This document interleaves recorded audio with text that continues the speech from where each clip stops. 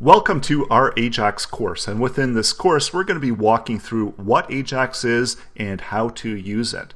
So AJAX is not a programming language, but it is a standard that gets used in order to communicate from the server to the web page. So without reloading content on the website, you're able to actually get dynamic results. And so within this example, what we're looking at right now, so we're typing in a name, and this is a simulation of if you want to check if a username already exists. And we can see here that if we do hit a username that exists within the system, it says name is taken. We also have the ability to hit the button to make the check as well, but we've just done the key up function here within JavaScript, where whenever you're typing in the key up, it does that check here as well. So you can easily work this in within a form, and you probably see these fairly often whenever you have these dynamic forms where you can create a username. Where it checks if the username is available upon entering in whatever content it is you're doing up here. So essentially, AJAX just allows you to have this dynamic ability to get content on your website and change it as you're inputting content over here. It allows you to change it within your site as well. So working with JavaScript, this works amazingly well, and AJAX is short for asynchronous JavaScript and XML.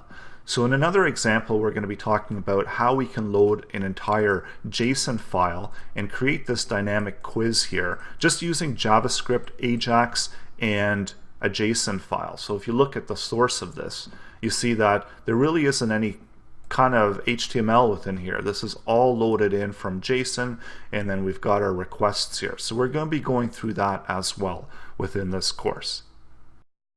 We're going to be also walking through the different AJAX and JavaScript functions, and the only important thing to remember, or the most important thing to remember with AJAX, is that it allows you to change content on your site without having a page reload. So you can load external files or form submissions or whatever you want to do, and allows you to get a response from a server.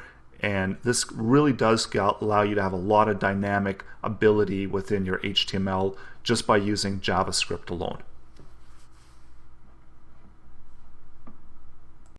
I just went over to the JSON file, and as you can see here, this is the JSON file that's actually creating that quiz that we were looking at previously. And you can see it's very straightforward. It's really easy to use, and this is the standard that we're going to be using, preferred standard over XML. It's becoming more and more popular to use JSON over XML, but you can use AJAX with XML, you can use it with JSON, as well as different return sources for the data from server output information.